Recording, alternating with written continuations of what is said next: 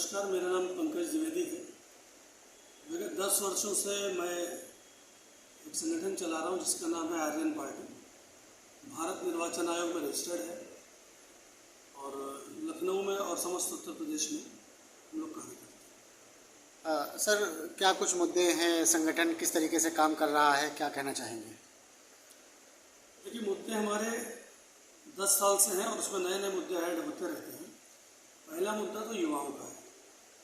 हमारी पार्टी युवाओं पे कंसंट्रेट कर रही है, क्योंकि आजकल युवा को भीड़ से ज़्यादा और कुछ अहमियत नहीं दी जाती। जो युवा बुद्धि की शक्ति का भंडार होता था, आज वो युवा सड़कों पे मारा मारा फिर रहा है।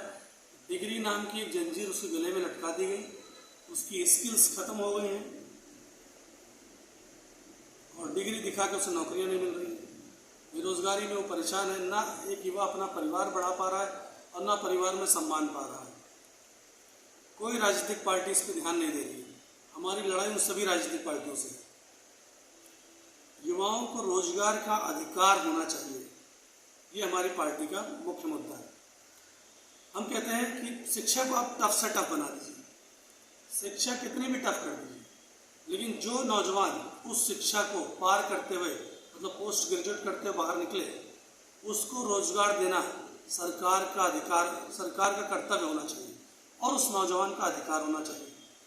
अतः हमारी पार्टी रोजगार के अधिकार मुद्दे पर बहुत लंबे समय से लड़ाई लड़ रही है। सर, अपनी बात को कैसे लोगों के बीच में रखेंगे?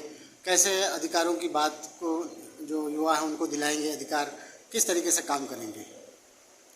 देखिए, आज देश में बहुत बड़ी बड़ी पार्टियां हैं, अरबों खरबों का चंदा लेती हैं, वो यूँ कहें कि चंदा ले लेती हैं। हमारे पास कोई इतना बड़ा संसाधन नहीं है। हम लोग एक उत्साही नौजवानों का संगठन है। अभी हम 47 जिलों में ही फैल पाए उत्तर प्रदेश के, लेकिन जितने हैं बहुत मजबूत हैं।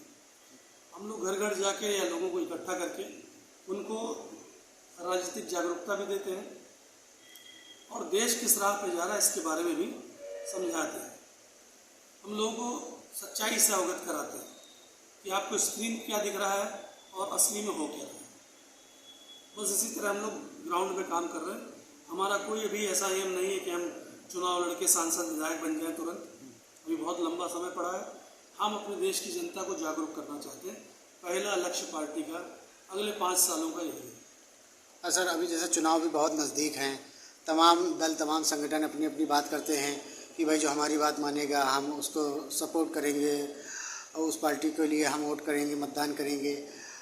जो आपके संगठन का जो उद्देश्य है, जो भी मांगे हैं और चुनाव भी आ रहा है, तो जो शीर्ष नेतृत्व में जो भी बड़ी बड़ी पार्टियां हैं उनसे क्या कुछ कहना चाहते हैं? चुनाव में क्या कुछ भूमिका है?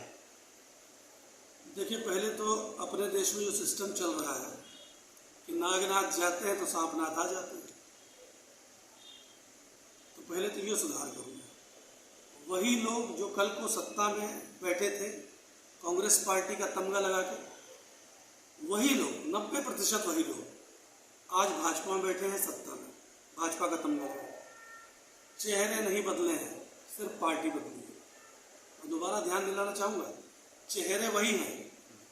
कोई फलानी पार्टी का, कोई फलानी पार्टी का, सब जुड़ के जितने पूंजीपति धन से मजबूत लोग हैं वही एक पार्टी छोड़ के दूसरे में चले जा रहे हैं, सत्ता में वही रह रहे हैं, पार्टियों के नाम बदल रहे हैं।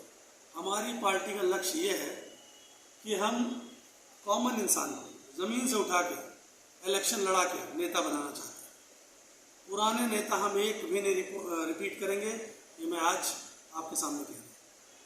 तो बिल्कुल, तो क्या कहना चाहेंगे मतलब ऐसी पार्टियों से?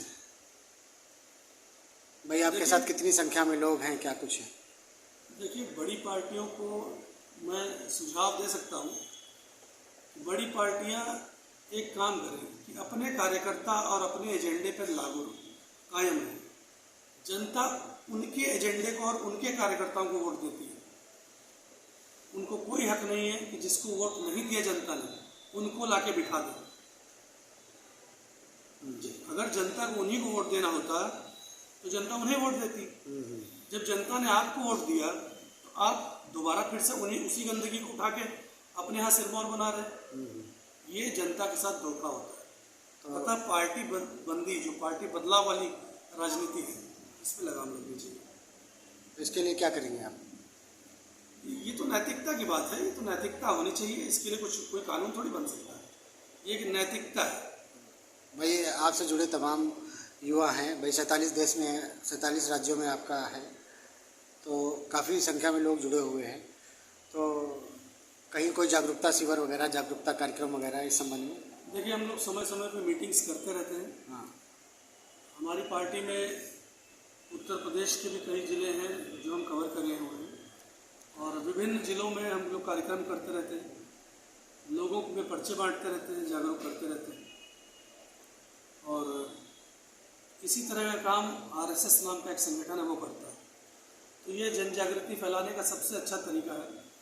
आज अगर हम अपने इतिहास के बारे में जानते हैं तो उसमें मैं मानता हूँ कि आरएसएस का बहुत बड़ा योगदान है, और उसी तरह का काम हम भी कर रहे हैं। हम जड़ को मजबूत कर रहे हैं, हमें पत्तों से नहीं मतलब। हम नहीं चाहते कि हम बहुत जल्दी सांसद विधायक बन जाएं। नहीं तो मैं भी किसी पार्टी में अपनी पार्टी का विलय करता और एक टिकट ले लेता, कोई बड़ी बात नहीं थी मेरे लिए, बहुत ऑफर था ऐसा, लेकिन मैंने ऐसा कभी नहीं किया, क्योंकि हमारा लक्ष्य जनता को जागरूक करना। मैं पेशे से अध्यापक रहा हूँ और यही काम मैं करते आया हूँ और यही करता रहूँगा। सर, युवाओं से, खासकर देश के लोगों से और युवाओं से आरजेडी पार्टी को लेकर के क्या कहना चाहेंगे? देखिए, युवाओं से मैं कहना चाहूँगा कि आप लोग जिंदगी के उस मुकाम पर हैं जहाँ शरीर में सबसे ज़्यादा ताकत होती है, दिमाग में सबसे ज़्यादा बुद्धि होती है, सारी इंद्रियां सजग होती हैं। आप लोग अपनी शक्ति का उपयोग करिए। आप ये फैशन मत बनाइए कि I am not interested in politics, ये बहुत गलत बात है। आप पॉलिटिक्स में पूरी तरह इंटरेस्ट लीजिए। जो गलत कर रहा है उसे गलत कहिए, जो सही कर रहा है उसे मोटिवेट करिए। आप ही लोग को